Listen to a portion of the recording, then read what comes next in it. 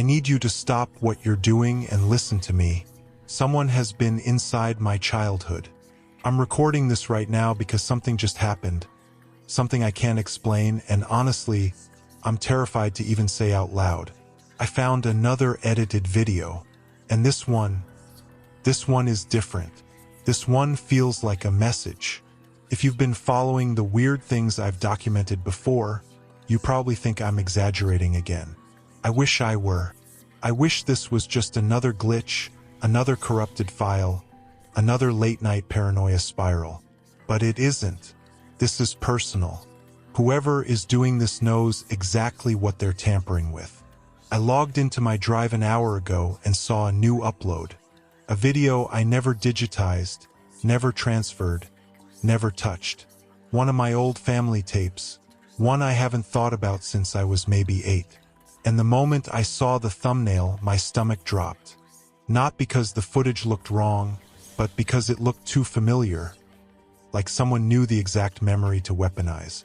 I'm not going to tell you what they added to the video. Not yet. You need context before you see that. You need to understand why my hands are shaking. And before you think I'm overreacting, do me a favor.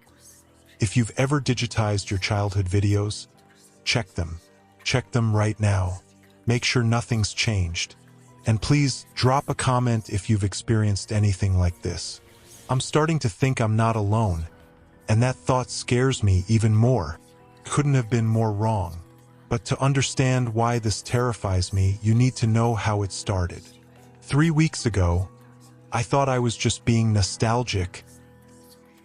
When my grandmother passed away, I thought the hardest part would be the funeral.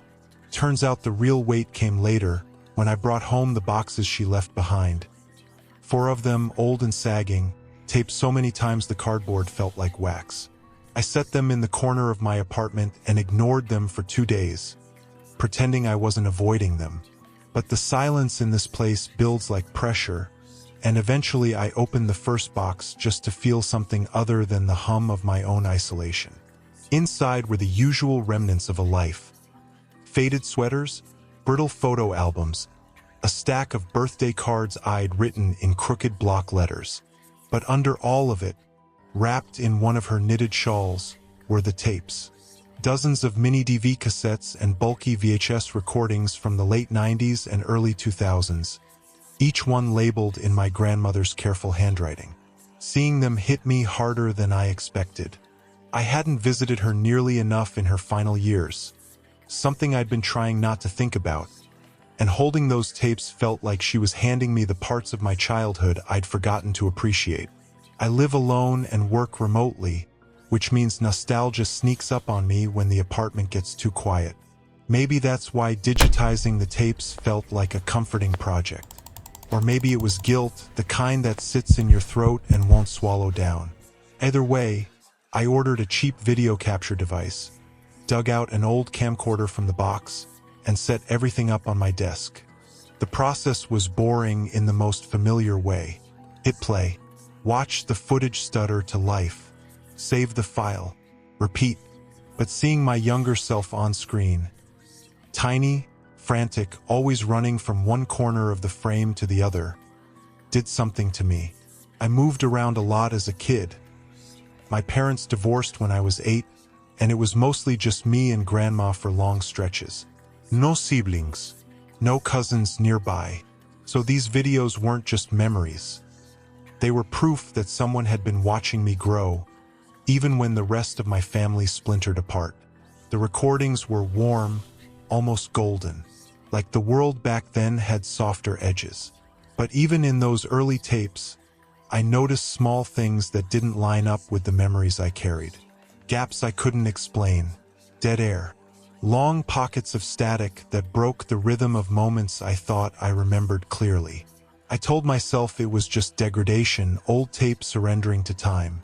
The first video I uploaded to my private cloud storage was from my 6th birthday. When I watched it again 2 days later, there were 47 seconds I didn't remember recording. Watching the birthday video again felt like slipping into a memory I thought I understood. But the moment the new 47 seconds appeared, The entire scene shifted into something uncanny. The original footage showed the usual chaos. Relatives talking over each other, my grandmother laughing behind the camera, me bouncing in and out of frame with cake all over my face. But the inserted clip looked like a reflection of that day, drained of every human sound. In the edited segment, the room was the same, the decorations identical, the date stamp unchanged, and the camera seemed locked to the exact position as the real footage. Except I was alone. 6-year-old me sat in the middle of the floor, hands in my lap, staring directly into the camera with an expression that didn't belong on a child. No blinking, no shifting, no sound.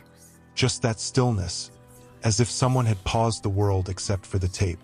If you turn the volume up, and I did, because apparently I hate myself, there's a whisper buried under the static.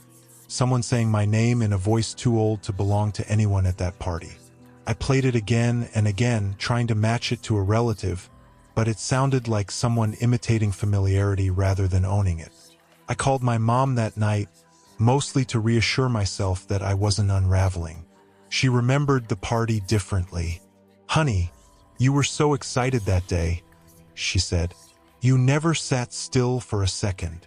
So there's no chance I just stood there, staring?" A long pause followed, the kind that fills your chest with cold air. "Why are you asking me this?" she finally said, and the tone in her voice made my stomach tighten. I tried telling myself it was a glitch, a duplicate frame, a capture error. Anything that didn't involve confronting the possibility that someone had altered my childhood without ever touching me. I even joked about it out loud because humor is cheaper than therapy. Pro tip: never investigate your own psychological breakdown. But I kept thinking about that stillness, the way the younger me seemed to be waiting for something or someone just outside the frame. I should have stopped there, deleted the file, walked away before curiosity did what it always does and hollowed me out from the inside. But of course I didn't, because when something feels wrong in a way you can't name, you keep poking at it, hoping the shape will reveal itself. And that's exactly what I did. I sat there for nearly an hour, replaying those 47 seconds until the apartment felt smaller, the air heavier, and the familiar hum of my computer turned into something that sounded almost like breathing behind me there. Then I watched the Christmas video. Over the next week, the pattern stopped being a pattern and became a full-blown intrusion. Every night after work, I digitize a few more tapes, upload them to my private cloud folder, and open them out of sheer nostalgia. And every single time, something new was waiting for me, something that wasn't on the original. The edits escalated quietly at first. Another static freeze of me as a child, alone in the frame, staring at the camera like I was waiting for it to speak. But soon the footage changed tone. In one video, 6-year-old me was mouthing words silently, like he was trying to communicate through the screen, but the sound refused to follow. His lips moved slowly, deliberately. I replayed it at least 20 times, trying to read them. Sometimes I thought he was saying, "Stop." Other times it looked more like "Help." Then came the background figures. At first they were just shadows, elongated silhouettes where no one had been standing originally. The camera angle never changed, the lighting never shifted, but the shadows grew clearer with each edited video. In one birthday clip, there was a tall human-shaped blur near the doorway, too still, too thin. In another, a shape crouched behind the couch like it was hiding. Each time I scrubbed through the footage frame by frame, the shadows seemed to hold their breath, waiting for me to notice. I started documenting everything, not because I'm organized, but because I genuinely thought I might be losing my mind. I created a color-coded spreadsheet: original timestamps, edited timestamps, scene descriptions, anomalies. At the bottom of the sheet, I added a section labeled Hypotheses. The list wasn't long. Cloud glitch, corrupted uploads, AI misprocessing, mental breakdown. The problem was none of the theories held up. No edits ever appeared on the original tapes, only in the uploaded versions. It didn't matter which device I used, which format I exported to, or whether I uploaded at 2 p.m. or 3 a.m. The moment the file hit the cloud, it changed. And then the inserts became explicit. In a home video from our old apartment, child me was sitting cross-legged on the floor, holding a piece of notebook paper. The camera zoomed slightly, as if someone else was operating it, and the paper tilted forward. 3 words were written in thick, shaky marker. "Don't upload anymore." I froze. My mouse hovered over the pause button while my pulse hammered in my ears. I checked the original tape immediately. Nothing. Just normal footage. No paper. No warning. For realism's sake, or maybe desperation, I started calling support for my cloud service. The tech on the line was upbeat at first, until I described what was happening. "Sir, our encryption is military grade. No one can access your files." "Then explain," I said, "how someone is editing videos that only exist on your servers." There was a long, uncomfortable silence. "I'll escalate this to our security team." Great. Nothing inspires confidence like a tech support rep suddenly losing theirs. But it got worse, because later that night, I found a file in my cloud storage that wasn't mine at all. It showed up sometime between midnight and 3 a.m., a file I definitely did not upload. I know because I was awake the whole time, scrolling through timestamp logs like a paranoid accountant. The folder refreshed, and suddenly it was just there. The file name was what froze me, _original_1998 MP4. I stared at it for a full minute before even clicking. My brain kept feeding me rational explanations. Maybe it was a cached video, maybe something missynced, maybe the file system burped. But the word original sat in the middle like a dare. When I finally opened it, I recognized the scene instantly.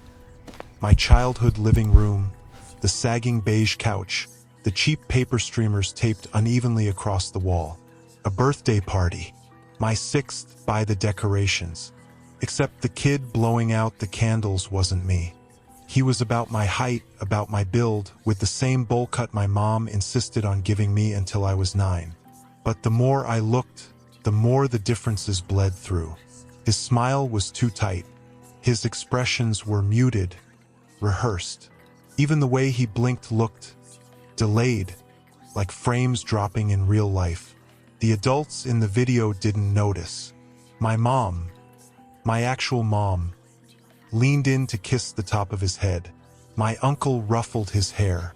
My grandmother, eccentric even then, hovered in the background humming to herself.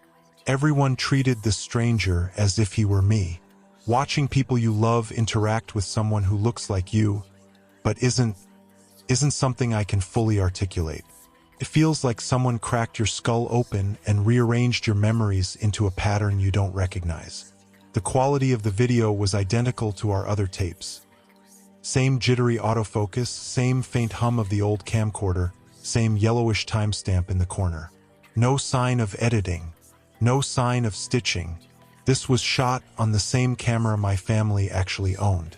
Toward the end of the clip, the room gets quieter. The adults drift out of frame. The other child looks around, almost nervously, then steps closer to the camera. He leans in until his face fills the screen. Too close, too sharp, the way childhood never actually looks in old footage. And then, perfectly clear, perfectly audible, he speaks. "You weren't supposed to see this." The screen cut to black.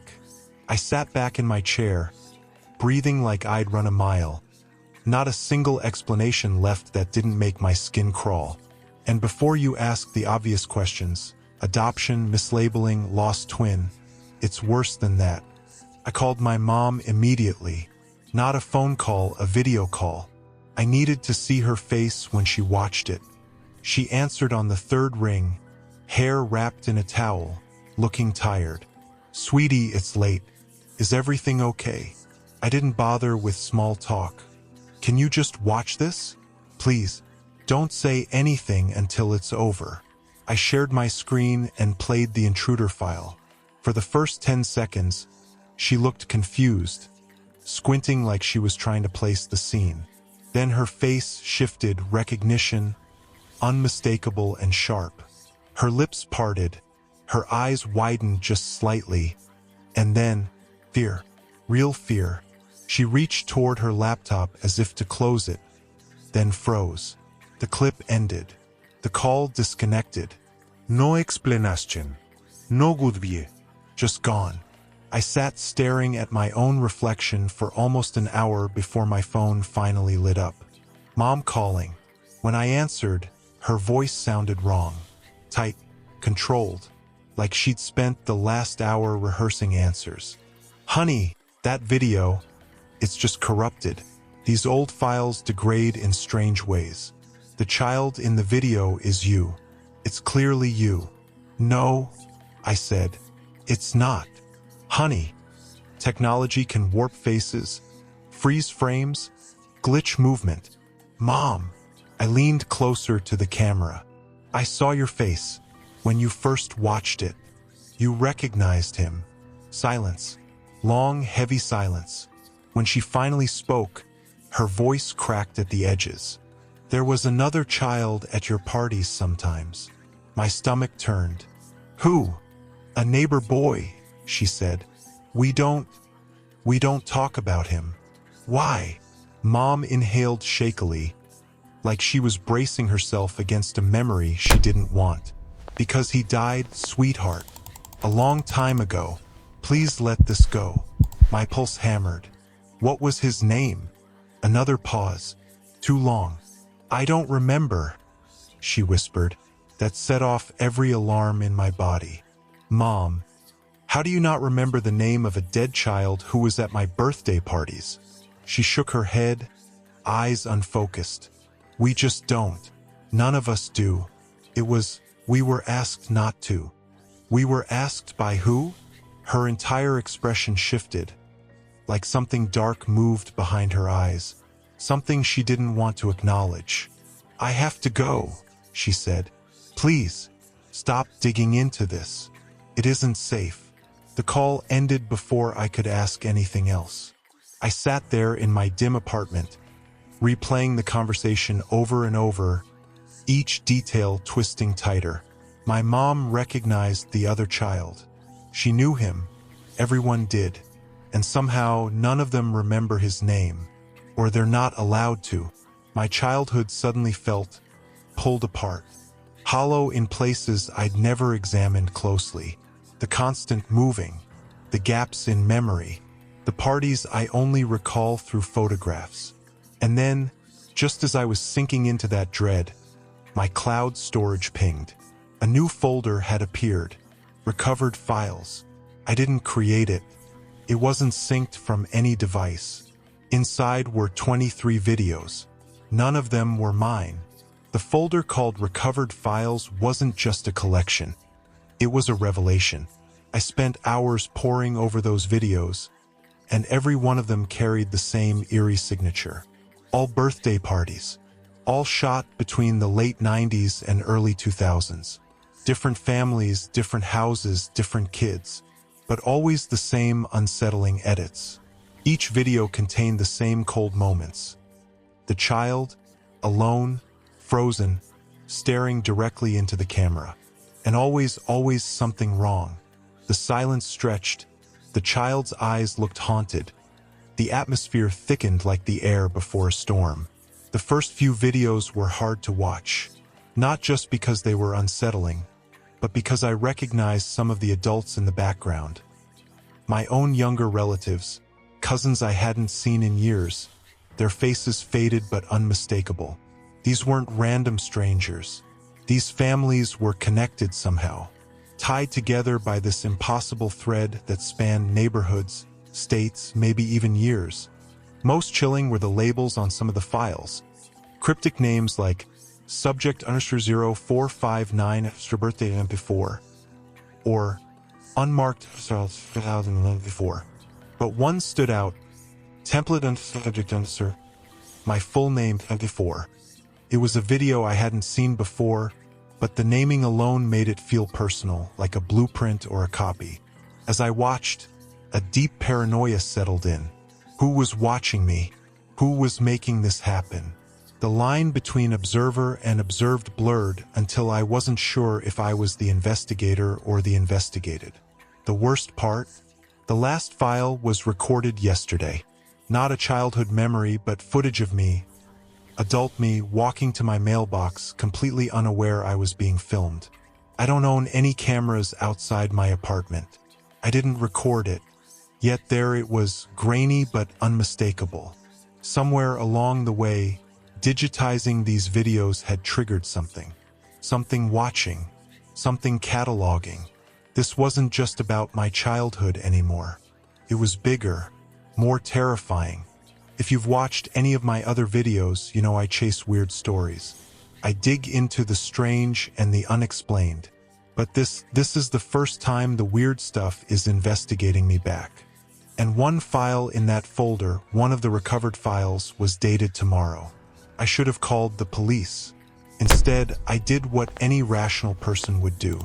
I watched the video from tomorrow. I'm sitting here, hands shaking so badly I can barely type. My breath comes in shallow, quick bursts, as if just breathing takes effort. I keep glancing at the clock on my screen. It reads 11:30 p.m., 17 minutes before the moment the video from tomorrow was recorded. The video file was labeled with tomorrow's date, a full 24 hours in the future. When I opened it, I saw myself, exactly where I am now in this very apartment recording this video. But it wasn't the calm me you're hearing right now. No, future me was frantic, panic radiating from every word. They're coming to remove the evidence, I said, voice trembling and rushed. The videos are how they select. This is a warning. If you see this, please don't ignore it. Then the screen flickered to static. After that, the camera angle shifted to the apartment door. It opened slowly. Someone stepped inside. I couldn't make out a face. Just a presence, heavy and deliberate. Future me screamed, raw, desperate. A sound that echoed through the room, almost tearing the walls apart. And then the video ended. I rewound it twice, thinking maybe my eyes had tricked me. But no. The timestamp in the corner showed 11:47 p.m. tomorrow.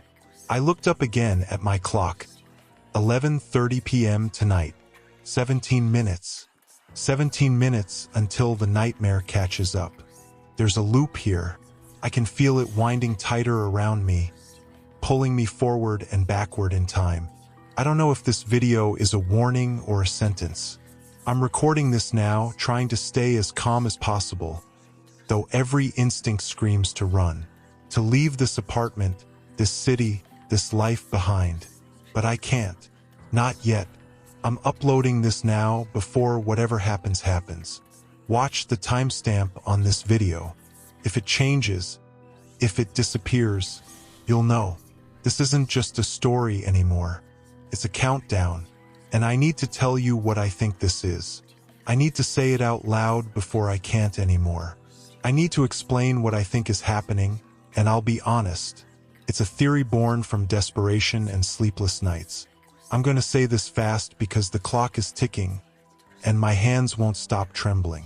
The cloud service I use, it doesn't just store data, processes it. It uses AI to scan, enhance, even fill in gaps in old footage. There's a name for this kind of thing, AI hallucination. It's when algorithms create details that aren't really there, based on patterns and probabilities. Usually it's harmless, like sharpening a blurry image or guessing missing pixels. But with these childhood videos, something went horribly wrong. The AI isn't just enhancing, it's recreating, filling in what should have been there, based on what it knows from the data, the context, the patterns. And for some children, me included, that should have been there is terrifying. I believe these videos were tampered with long ago. There was something in my childhood, something the adults erased, edited out of existence.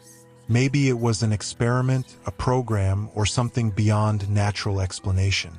And the AI is now uncovering those erased moments, piecing together fragments that reality itself tried to delete. All the affected families, by the way, use the same cloud provider. I looked it up. Everyone. The kids in those recovered videos, my own relatives in the background, they all share this common thread. It's either a massive coincidence or something deliberate. Which brings me to the darker possibility, a corporate cover-up. Or something worse. Something hidden behind walls of encryption and legal jargon, masked as enhancements and security. Or maybe I'm wrong. Maybe someone is manually editing these videos to gaslight me. Maybe I'm losing my mind. Either way terrifies me. Whatever the truth is, someone doesn't want me to find it. They know where I live. They know what I'm doing. I've documented everything. Every file, every conversation, every strange moment. I've shared it with someone I trust, an expert I met online who deals with digital forensics. If anything happens to me, this evidence will go public. I'm not disappearing quietly. It's 11:45 p.m., 2 minutes until the timestamp. I hear footsteps, soft, deliberate pacing just outside my apartment door. I'm still recording. My hands are trembling so badly the camera shakes. I'm not going to lie. I don't want to look, but I have to. I inch toward the peephole, heart pounding like it's trying to escape my chest. Slowly, I press my eye against it. Nothing. The hallway is empty, quiet except for the faint hum of the building. I let out a shaky breath, relief washing over me like a wave. But when I turn back to my computer, something freezes me cold. A new video is uploading to my cloud storage. I didn't create it, didn't name it. It just appeared. The file name is unmistakable. Final__ today's date.mp4. I can see the thumbnail clearly. It's me, right now, standing exactly where I am in this room. The angle is impossible. There's no camera behind me, no hidden device. No logical explanation. The video is exactly 47 seconds long. Before I can stop the upload, it begins to play. I'm watching myself watch myself.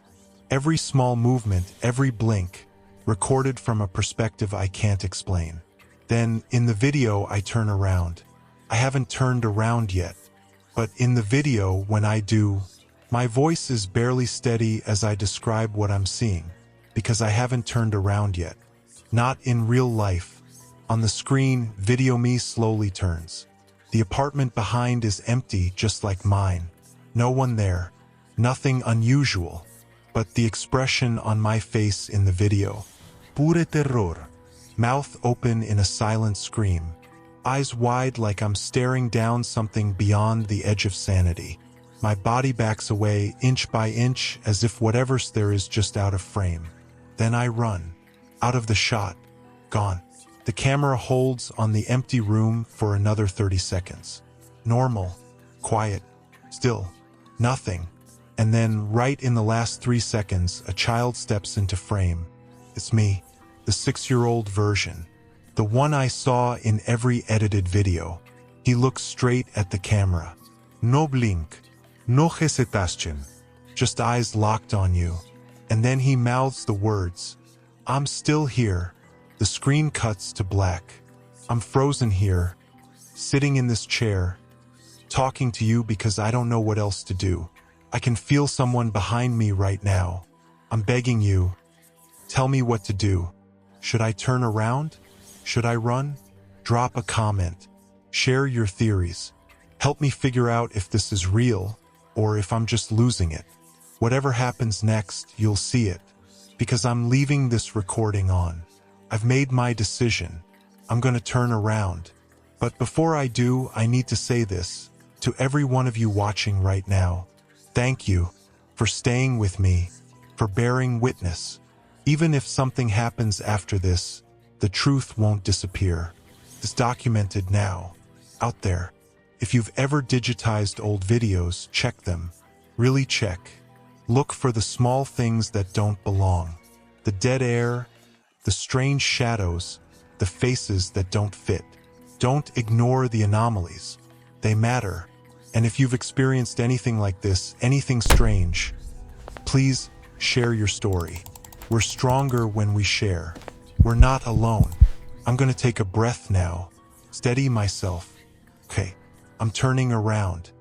The video continues. A sharp gasp, maybe a whisper, and then silence. The recording stops abruptly.